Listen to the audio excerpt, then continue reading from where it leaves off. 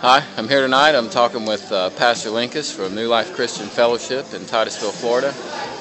And it's part of a series we're going to be doing, and it's a couple quick questions in a couple minutes. So, thank you, Coach.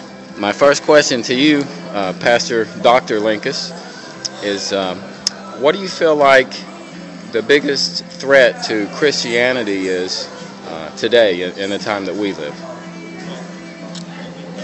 You know, I don't want to be too simplistic, Butch, but I think, and it may be surprising, my answer is that the biggest threat to Christianity, to the gospel, is internal. I don't think our greatest enemy is external. I think if the sleeping giant, as we call it at the Church of Jesus Christ, wakes up, I don't think there's any power in the world system that can stop us. I think that, Pogo, the series in the funny papers years ago, I don't know if it still is or not, but I think one of the greatest strips of that Pogo comic strip was, "We have found the enemy, and it are us."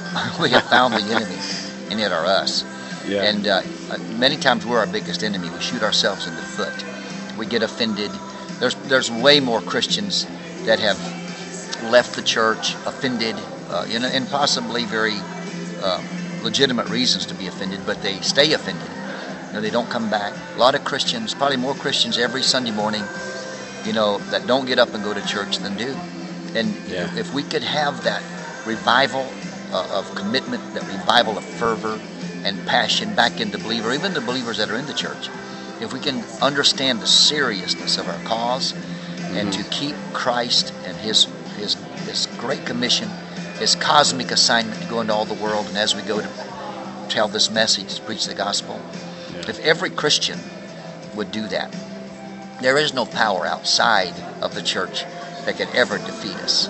And I just pray that we will become very serious. It's my prayer as a pastor that we would become very serious, and that starts with the church I pastor, starts with me and the people I affect, that we get very serious and very passionate about this great, great Savior and this great cause of Christ, and this great opportunity we have to make a difference in our world.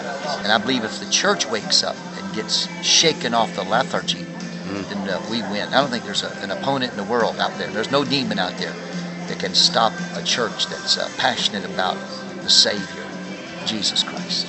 Thanks for allowing me to say so. Thank you. Thank you for your time. My next question was going to be, how do we combat that threat? But you've answered that, and I do appreciate your time. Thank you. And keep up the good work, sir. Always my pleasure, Butch. I love you. Bless you in all you do. I love you too, Pastor.